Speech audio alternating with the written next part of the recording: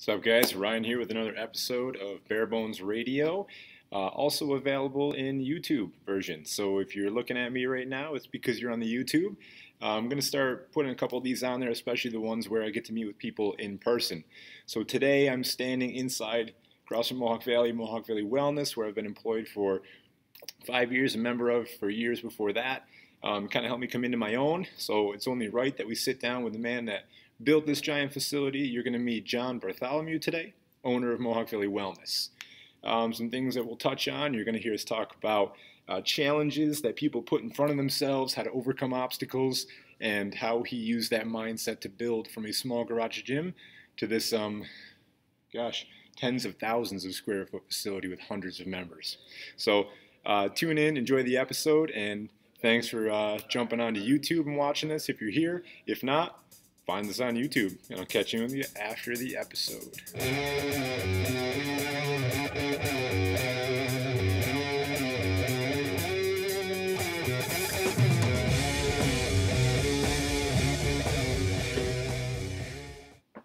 This is the first time I've actually done a video like this.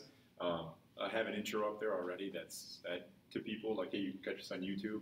Thanks for joining us on YouTube, but the majority of people haven't made their way to YouTube yet. So we can look at the camera and smile and wave, but everybody's probably just going to be listening to us. No problem. We'll look at the camera. Hopefully you guys can hear us. And on top of hearing us, you guys see two handsome dudes in a beautiful gym. Check us out on YouTube. It'll be even better. So if you're not there, you're missing out. So to start things off, John, thanks for sitting down, taking time on Columbus Day. Middle of the afternoon, nothing else going on today except for tasks, no obligation. Gym is closed down except for this morning. And so we've got room and echo to sit here and do a podcast interview. So I'm going to start things off by having John just introduce himself. I've already, in the intro, let everybody know that we've got this giant gym that you've grown from your garage. So just who you are and a brief synopsis of your journey. Awesome. So for those of you that don't know me, especially if we have viewers or listeners that are all over the country, I'm John Bartholomeo. I'm the owner of Mohawk Valley Wellness, which is the home of CrossFit Mohawk Valley and a whole host of other awesome programs. I'm a Central New York native. I've grown up in this lovely part of the country. I've left and traveled the country and the world. Come back home and decided that this is where, at least for the foreseeable future, where I'm going to be. And started the gym with the idea of being able to do something I really love and make a business out of it. And it's grown and it's evolved and it continues to grow and continues to evolve on a daily basis. And my role right now is, basically oversee all the different programs and kind of direct the growth of the facility in general. So give us a brief synopsis of size of the facility, amount of members we have, and a couple of programs that you offer. So I know I saw Ryan a minute ago was doing a quick walk around. So the facility altogether is probably pushing between 12,000 and 3,000, or 12,000 and 3,000, 12,000 and 13,000 square feet. So we started originally with one piece of this building that we're in, and then we slowly expanded to a little bit more. We actually absorbed into the neighboring building, and like I said, it's between 12 and 13,000 square feet. We will very soon break the 400 member mark, which is to include all of our adults in CrossFit, co-movement, Ryan's high school athlete program, personal training. So we're about to break that barrier that I'll tell you 3-4 years ago or 7 years ago, I definitely did not think that we'd be talking about having 400 plus members. So it's an exciting place to be. So I think something cool that's in there that I'd like to touch on for a while is that so you started off opening a CrossFit. CrossFit as a methodology for people to come in and get fit, and then realize somewhere along the way that fitness is much more broad than that, and the perspective should be taken from afar on what people need, and you broaden your horizons from outside CrossFit. So maybe we talk about that a little bit. Absolutely. So we started the business with CrossFit. I'd like to tell people that if you came down to us 6-7 years ago and said, hey, John, what else do you have other than CrossFit? I would tell you CrossFit earlier in the day or CrossFit later in the day. We really didn't have much else. The next thing we had a kids program. But like Ryan just mentioned, as time went on, you start to step back and look at things. And I truly believe and participate on a daily basis that CrossFit is a phenomenal training methodology for the people that it works well for, right? So, but does that mean it needs to work for everybody, or it's the end-all, be-all, and that should be the only program that we offer? And for a while, starting out, That was the idea. But again, stepping back and taking a bigger picture of things, we started to realize that we could have an impact on more people, right?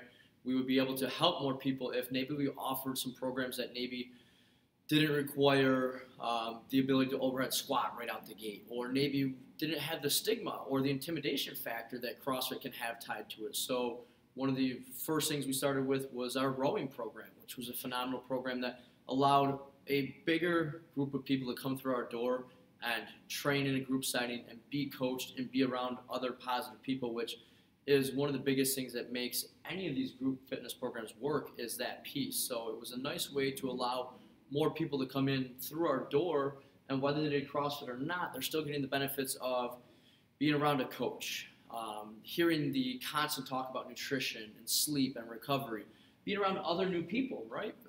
Being able to have that good 1 hour of a day outside of their job and outside of their home life. So that was the next step, at least in my head, of, hey, CrossFit is our bread and butter.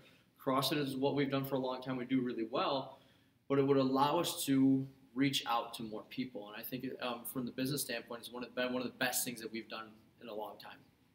And then you start to see that the impact that CrossFit has on people's lives. I'm saying, and it really isn't so much the fact that it's CrossFit as much as it is the community and the involvement, and a lot of that just bleeds over. If you're around that environment all the time, you're probably going to eat a little bit better, move a little bit better.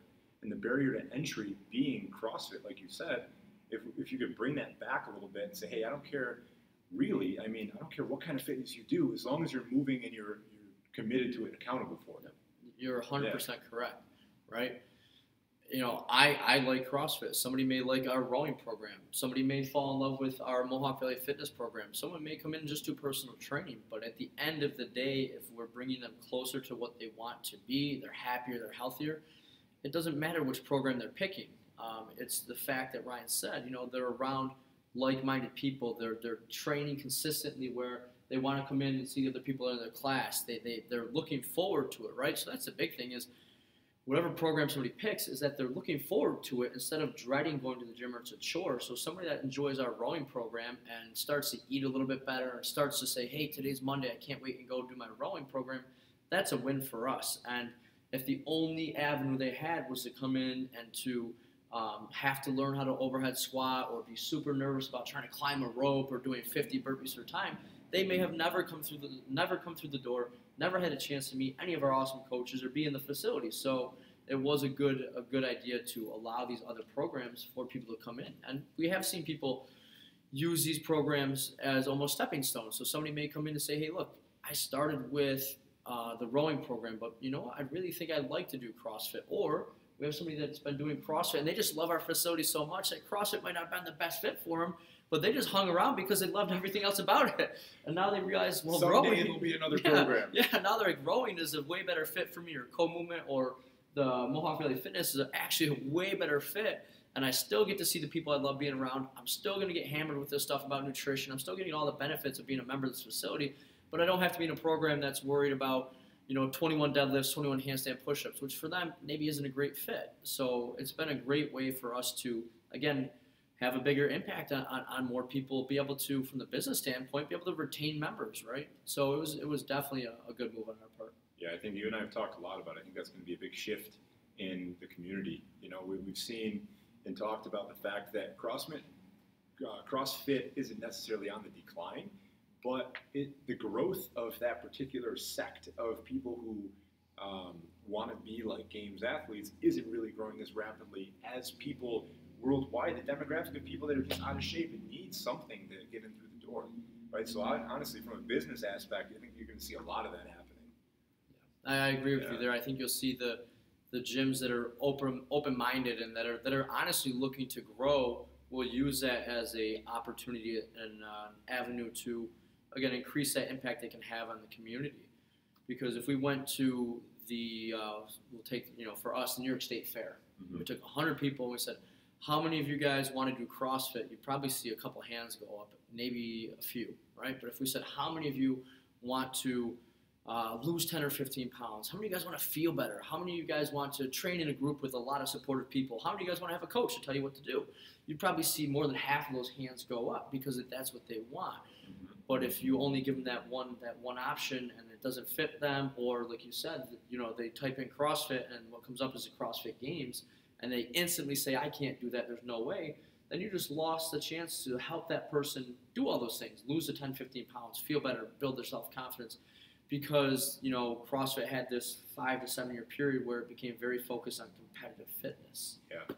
And I think something that's neat about that is with gyms like this and like you getting into that market, it gives people an option other than, we can say whatever we want on here, other than Zumba and jumping around to DVDs and going to classes where the qualifications to be a coach are a lot smaller than they are. That's not to say that somebody can't go and spend $1,000 to be a CrossFit coach in a weekend, but at least the building and the coaches have reputation and experience in high quality movement. And if we can take people that want to do complex movements, but then also take that same skill set and teach someone who just wants to learn how to do push-ups and ring rows and run and be a little bit more fit, then you're going to have someone who is overqualified to do that, giving them a better program, a better coach. From the coaches, you're 100% correct. Right from the coach's standpoint, if we can get coaches that are good at coaching CrossFit, which has the most variables and some of the most complex things there are, and then we take those coaches and plug them into different programs that maybe are not necessarily so complex. You're 100% correct with that statement. Those coaches should have an easier time coaching those classes, which in turn gives the client or the member a better experience. So something else you said a little while ago, and John and I actually spoke before this. One of the very few times in my life I prepared for something. We spoke a little bit before this and kind of just about what we're going to talk about, and I kind of want to segue that direction. Challenges and obstacles that people put in front of themselves. So if you were to take that same group of people at the state fair and be like, who wants to join this program or lose 10 or 15 pounds, a lot of people's first thing they're going to say is like, I've tried and I can't, or I've tried and I can't. And I think people put limitations on themselves. You had an anecdote about the rope climbs the other day, it was a 5:30 in the morning class, and how many people were in class? Probably 12, 13 people. And every one of them climbed the rope unassisted, and the average age was over 40? Yeah, probably 35 to 40 years old. Not every one of them had a day job. None of them were paid athletes, right? None of them do this for a living. None of them are going to regionals. None of them compete above. Probably a lot of them are scaled athletes. Yeah, absolutely. But I think, and that's kind of what I want you to get into, not only that you see on a daily basis, but in your life to help you go from a garage to this, and how not seeing your own limitations helps you get there. It's interesting that you bring this up, because I listen to a lot of different podcasts, a lot of different things, and one I was listening to this morning, and I don't know how 100% true this is, but it's a good analogy, it's a good story. So they talk about elephants, right? They take a baby elephant when it's young, and they pound a stake into the ground, and they put a chain around the elephant's neck, and that baby elephant learns that the stake secures it, and that elephant can't go anywhere. So when it's staked to the ground, it can't go anywhere, and it learns that, and it has that in its mind forever, right? So as this elephant grows, it learns, okay, it went from 600 pounds as a baby elephant to 2,000 pounds, that this little stake holds it in place. And then you go and see an elephant, a full-grown elephant, held in place by this teeny tiny stake. And the gentleman that was speaking was talking about that with mindset, that once you get this built up into your head, it is very, very, very, very hard to ever break out of that mindset. And you hear it again and again and again. It's something that I firmly believe in, is that your mindset almost 100% of the time is going to determine where you end up.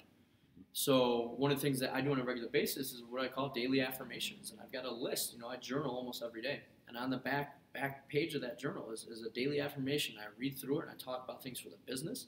I talk about things for my personal life, my relationships, finances, and everything underneath the sun. And I read it almost every single day, and I'm telling myself the story that I want to live out, right? Because if I don't, then I'm probably going to end up falling short of what I want to do, right? I'll get stuck with that mindset of I can't do it, right? Because whether I tell myself this positive story that I'm going to do it, or I tell myself I can't do it, either way, I'm going to end up being a self-fulfilling prophecy, right? So I've got two options. I'm going to tell myself every single day that these are the things that I'm going to do, and then I'm going to take action to go towards them.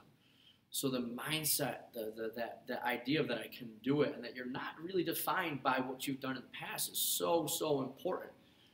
7+ years ago in my garage with 3 or 4 people, I wasn't thinking, okay, I'm going to have a staff of 15 plus, that I'm going to have this facility and all these things going on. But I sure as hell didn't think, okay, I'm going to open up a gym and it's going to be 20 people and that's all I'll ever have. And I sure as hell didn't say, I'm going to fail or I think maybe it won't work, right? So that mindset of, okay, this is what I'm going to do. I'm going to open a gym. And then as it gains some traction, okay, I want it to grow. I want it to grow. And then you start looking at where we are in year 7 and start thinking, okay, year 10, year 15, where do we want to be? And you have to have that mindset. And that's the business side, but you have to have that mindset for nutrition, right? If your goal is to lose 30 or 40 or 50 pounds or 100 pounds, but your story you tell yourself every single day is, well, I'm overweight. It's my genetics. It's my genetics. Yeah. I can't do it. I failed so many times. If you're telling yourself that story, then you cannot be surprised when you live it out. Yeah.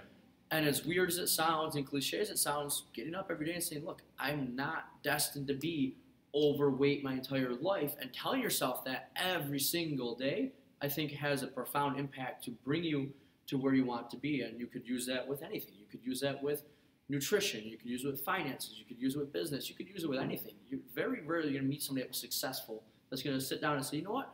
Yeah, the whole time I did this, I just continued to doubt myself and tell myself I couldn't do it. I would be very surprised if we came across somebody that was their approach. Yeah, if you put an obstacle in front of yourself, it's a real obstacle, but it's still self-imposed. So anybody listening to this probably by now knows that in a couple weeks I'm leaving to travel the country indefinitely and live out of an RV with my family. And a couple of things that we're learning along the way and just being reaffirmed about is the fact that it's not that, how do I put this, not that nobody cares, but nobody's responsible for us but us, right? So as we look at venturing out into the world and realize that we are the protagonists of our story, right? We are in charge of everything that happens in this world around us, and to not expect anybody else to care as much, really, and it's just the truth. Whether it's your parents, your siblings, your friends, nobody cares as much about your story as you do because they have their own story. And when you realize that nobody else is going to do it for you or put obstacles in front of you. And everything that happens, success or otherwise, comes from yourself. Yeah. And it's scary, but it's also free, right? It's scary because it's like, well, shit, now I have to do it all myself. But it's also freeing because, like, well, now shit, I can do anything I want. I can make up any story I want and go that route.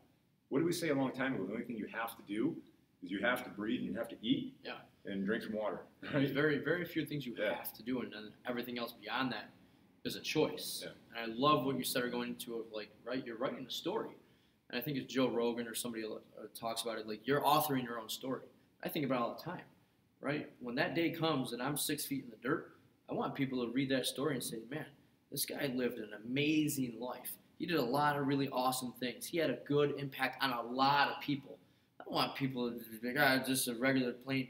That's a boring story. I wouldn't want to read my story if it was a boring story, right? I talked to Zach and he goes, the person who writes your book about the boring thing is firefighter. Yeah. Right? If you don't do the things you want to do.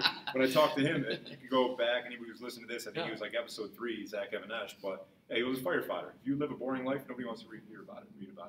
But what tends to happen for people is that boring, and I hate to say it, that boring life is comfortable, or that's expected life. Yeah.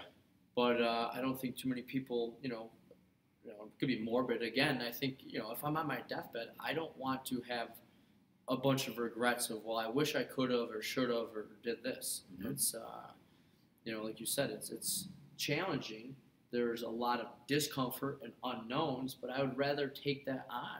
I would rather take on the risk of failing and try it and maybe even fail. Okay, right? Failure's not fatal. It's just you learn from it. Then, 20 years, 5 years from now, a year from now, 20 years, whatever, say, oh man, I wish I had tried that. I wish I had at least given it a shot, versus being so timid and so boring and so by the book that you don't do any of that stuff. Yeah. That's a boring story. Nobody wants to read that story. I worked 21 years and punched the clock and did this and did everything that was expected of me and nothing off the beaten path. Yeah. Boring. You shelter yourself. It's true that adversity breeds, right? So adversity being failure or like struggle or risk, because you're going to fail at things, you're going to take losses. Adversity breeds greatness. It really does. There's a little story about a guy who he lived in a palace and he never had any adversity, and he was given everything he needed, and he never left the palace walls, and years and years and years and years grew up, never knew anything outside of that. Everything he could ever want, life of luxury, left the palace walls and realized that the world was completely different. So he gave himself adversity and gave up all his own belongings, and he ended up becoming the Buddha. That's the Buddha. Pretty wild. Yeah. So, pretty crazy. And you think about it, right? Yeah, pretty well known. Like you said, that adversity and those challenges are what builds you and helps define your character. And you see that in a lot of books about financial freedom and financial growth and all of those things, that the last thing you want to, I don't want to say the last thing you want to do, but if you are born into wealth and you've never learned how to work hard, you never don't value the the time and effort that's put into generating money and generating income, that can be a very slippery slope, and it can lead you to failure. So they talk about, second and third generation wealthy children generally don't end up being nearly as successful as first generation millionaires. I think it's a book, The Millionaire Next Door, talks a lot about that. A lot of first generation millionaires, self-made millionaires, still rolling. They understood what it was like to put in the 60, 80-hour work weeks for 5, 7, 10 years in a row, and then they hand the keys to the business over to the kids, and the kids kind of ride the coattails, and then the second generation does okay, and third generation beats it into the ground, not because they wanted to, but they never knew the hard work that it took to get there. They never had that adversity. They never had the failures that first generation had again and again and again. And, we could spend an hour talking about just the failures I've had in 7+ years. But I think the biggest thing from that is learning from it, right? Okay, hey, if my goal was A, but this approach didn't work, I don't just say, okay, well, screw it, I'm done. I say, okay, well, let's try approach B. And guess what? That one might not work. Let's try. And again, it's consistency. That was another big thing that I think really, really helps with any endeavor, any project. We talk about it, the most fit person is the most consistent one that can come in and train the most often. Look at business, it's no different. That person that is doing what they need to do day in and day out, and not to say no days off, but is just consistently putting in the work more than the competitors, generally is the person that comes out on top. Not to say every single time. Look at athletics, right? That person that is consistently training, that is not missing training days, is consistently recovering.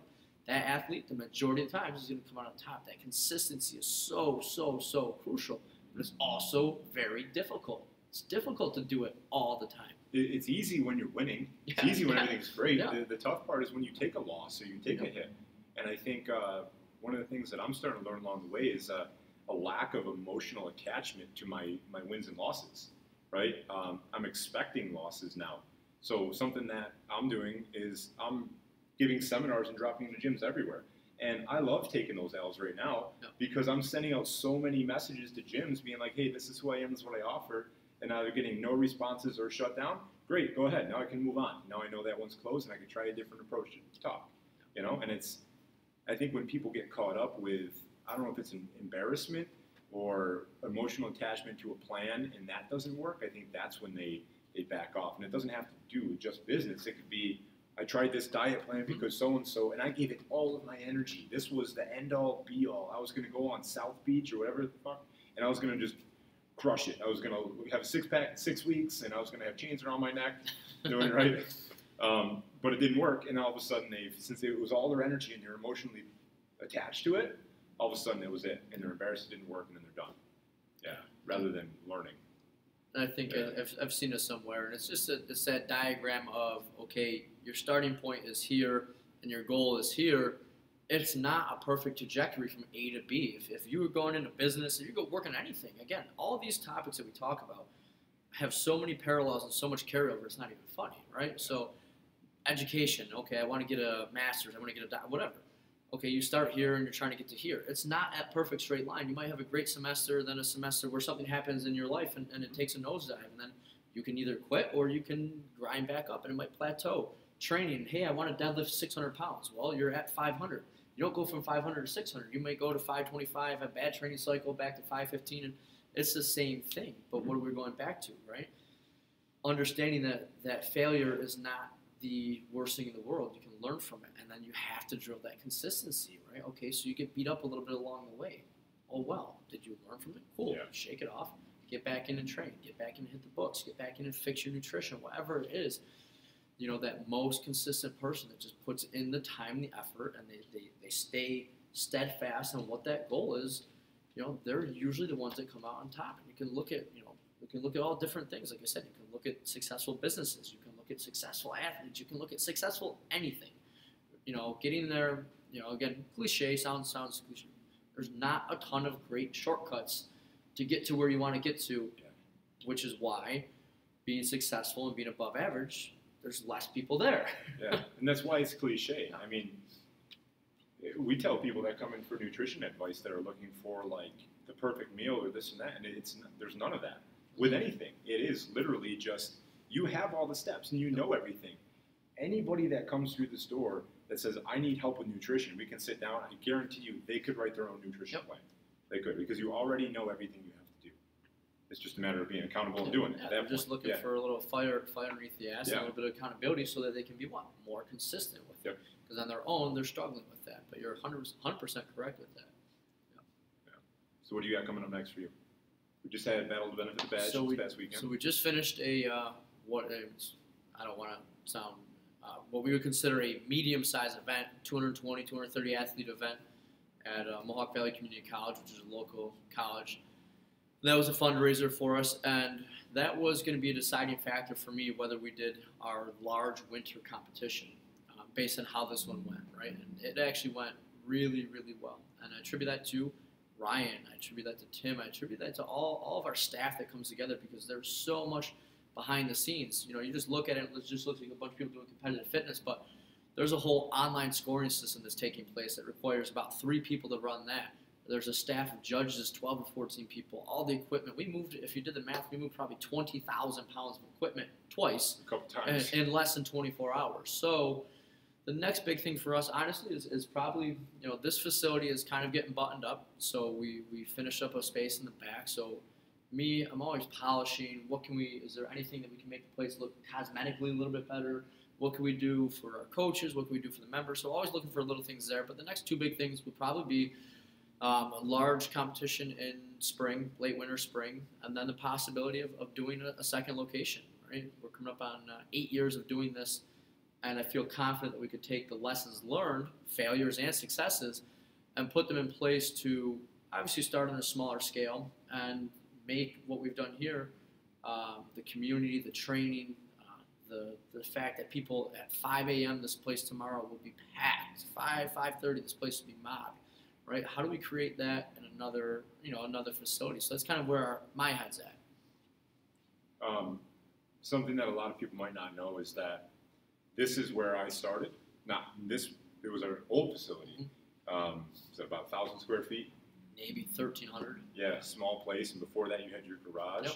But at 1,300 is where I came in back when I was still cleaning toilets for a living, but just reading everything I could about fitness and exercise in my downtime, any chance I had if I wasn't in the gym. And I attribute a lot of my success and why you guys know who I am and why I am a strength coach because of John. John brought me on and taught me everything. And I think some things that I've learned, and I think you probably just caught it in the middle of what you were talking about when I asked John what was next. And he said, helping people, helping coaches, helping members, and what can you do to provide things for other people. I think that's been a trend with John and John's success, and I think if anybody takes actionable steps out of this, it's that you watch what people do, and success leaves clues.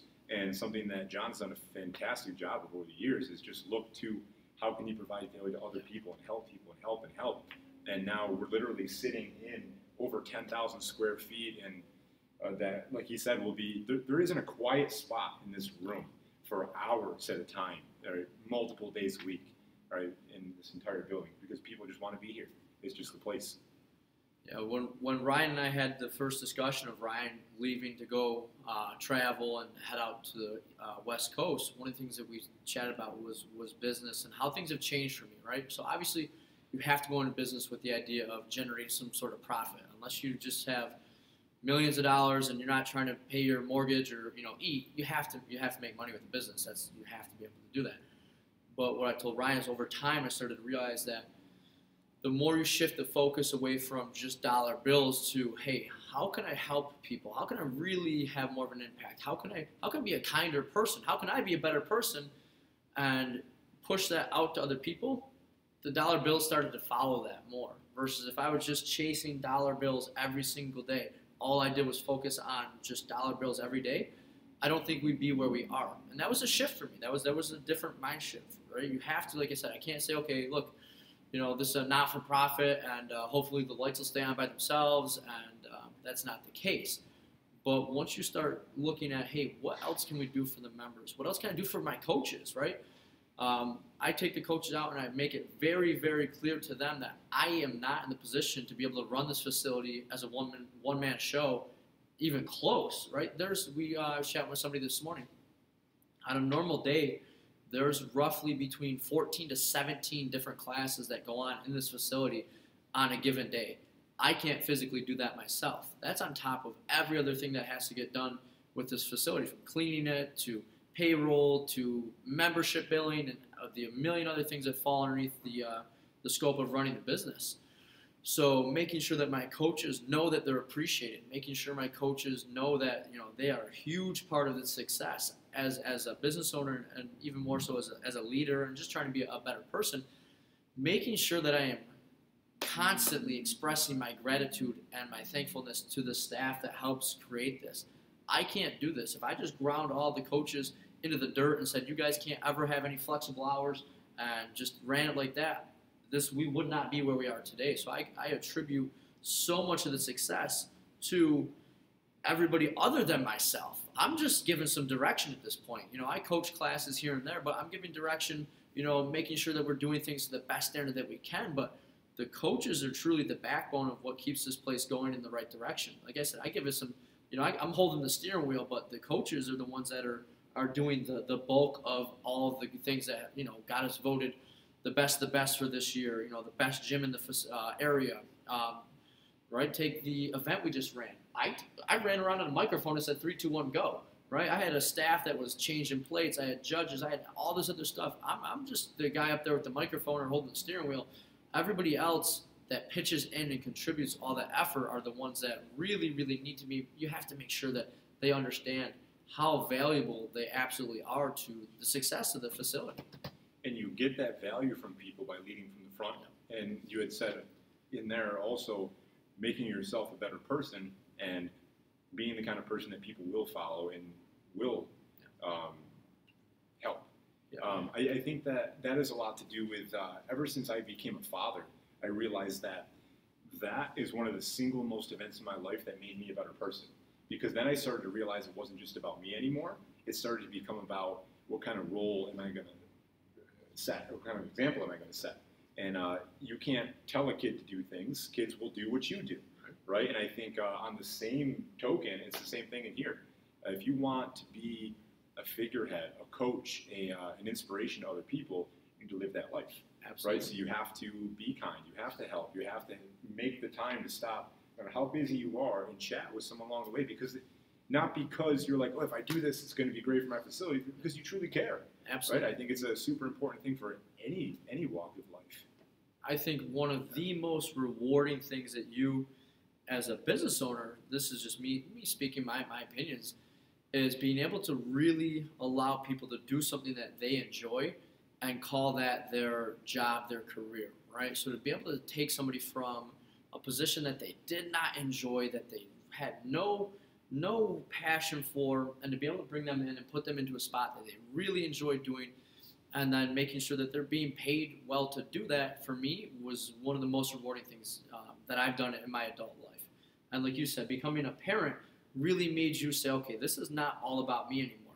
I'm not a parent yet, right? But what I have is I do have coaches and I have full-time coaches. So in my head all the time is I have to do the right thing because I have employees, I have staff members that they're feeding their children, they're paying their mortgage, they're paying their bills based on the success of this facility. So I have to conduct myself in the utmost professional manner I can all the time because I wouldn't want to do something to jeopardize somebody else's position because I couldn't conduct myself in that manner. So like you said, obviously I'm not parents to these employees and these other coaches, but I feel that I have to absolutely do the best I can as an employer, as a person, to be that figurehead, to be that role model. Because if I go out and don't do the things that I'm asking my members to do and I don't act that part, then the business will probably suffer. And then below that, then everybody that's in the business suffers along with it. So that is a huge motivating factor for me to just continue to do the things that I know I need to do, right? Be the best person I can be. Stay disciplined with my actions. Keep my head on straight and just keep moving in the right direction. So let's wrap it up with if you had to pick 3 actionable steps for people that they can enact today or this week to make their lives better from your perspective, what would they be? So the first one would be what we talked about with the daily affirmations is you've got to have a goal or have a plan or have something you want to work towards. And then you have to, I don't want to say have to, but you should, especially if you want to be moving towards it, read it and read it out loud as often as you can because you're always telling yourself a story in your head and you're going to live that story out, whether it's a positive story or a negative story. So why not make it a positive story? And don't be scared to make it a grandiose story, right? Make it a story that you want to read, that your grandkids would want to read, right? So those daily affirmations of, hey, I'm going to do this with my health. I'm going to do this with my relationship. I'm going to do this with my career, my education. I'm going to do this with my finances. So the daily affirmations, read it as often as you can. And a great time to read it is when you have a shitty day, right? So when you have that day where the wheels are falling off and everything is going wrong, you spill coffee in your lap, you're late, everything's going wrong, that's a day to read it. That's a day to say, I'm still going to do A, B, C, D, E, F, and G, because that's when you need it. Like you said, when you're doing great, it's not a big deal. It's when you're struggling that it's a much bigger deal. So daily affirmations would be number 1. Number 2, we own a gym, so physical activity on a daily basis. I don't care if it's doing 50 air squats. I don't care if it's dancing, swimming, long distance running, CrossFit, powerlifting, martial arts, competitive ping pong, whatever it is, some form of physical activity, some sort of physical exertion on a daily or almost daily basis, right? We would spend 2 hours just talking about that, the benefits, right? It clears your head. It's good for you. There's so many positives to physical activity. And again, that's such a broad spectrum, and it doesn't matter what it is. Change it up. In fact, don't do the same thing every single day. Change it up. Do different things. And probably one thing that we didn't touch on, maybe just a little bit, is go and find things that make you uncomfortable. And if there's things in your life that you know are making you uncomfortable, approach them. Approach them in an intelligent fashion. Hey, I know I'm avoiding this. Well, guess what? If you're avoiding it, there's probably a reason why, right? Do the uncomfortable things on a regular basis. Seek out those things because that's what makes you grow. If you just sit around in this comfortable bubble all the time, you're going to have a boring-ass story. You're going to have a boring-ass story that nobody wants to read. But if you constantly seek out, I don't want to say discomfort, but challenges and adversity and things that are difficult for you, you will probably grow more than you could ever imagine. You'll probably have an interesting story, and it's just that to me is a game changer. The more you can intelligently seek out challenging things and things that make you a little bit uncomfortable, I think that's how you truly, truly, truly find that growth that you're looking for. So say yes a lot to things. Yeah, absolutely. If it's okay for your life, but say yes to things that you normally say no to because you want to go home and watch Netflix. Yeah. I can't tell you how many times we've gone out someplace and we sit home and watch Netflix often, right? Because I like to. And last night. And I can't tell you how many times I'll be getting ready for something with Britt and we're getting ready to go and be like, man, look at you and be like, should we just sit home tonight? Like a Saturday night. But then we don't and we have an awesome time. We get home and be like, I'm so happy we went. So happy we got away from what was normal and did something, seeing friends, getting out, going on an adventure, a hike, an overnight, something like that. Again, let's fast forward, let's say 70 years, right? I want to be 100 plus years old. I'm not going to sit, hopefully, in my deathbed and go, I wish I had 4 more Netflix marathons. I'm going to say, man, I wish I had gone to this part of the world. I wish I had done this with my children. I wish I had more of this. I'm not going to say, oh, if I only had 2 more hours of Netflix and chill, I need that. So that being said, what show are you on right now? Huge fan of It's Always Sunny in Philadelphia. I watched that. We watched like 2 of them last night. I fell asleep. It's pretty funny. And that's the other thing, guys, is you have to have balance, right?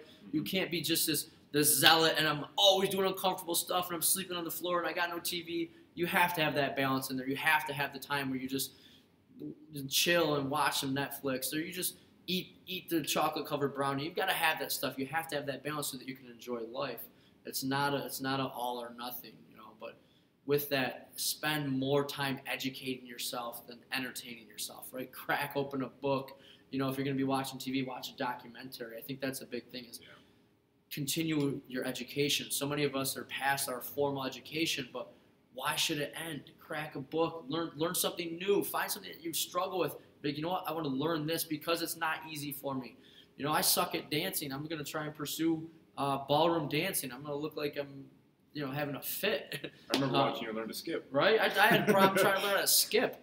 I am not, believe it or not, I own a gym and not super coordinated. But if I learn and I drill and I practice, I can get pretty good at things. So, but you have to be okay with being humble and be like, man, I suck at skipping. Man, I can't dance to save my life. And once you get past that, then you can do it more often and you get better at it. So.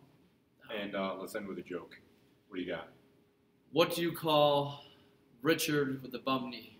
What? Limp dick. Ryan, it's been an absolute blast. Thanks, John.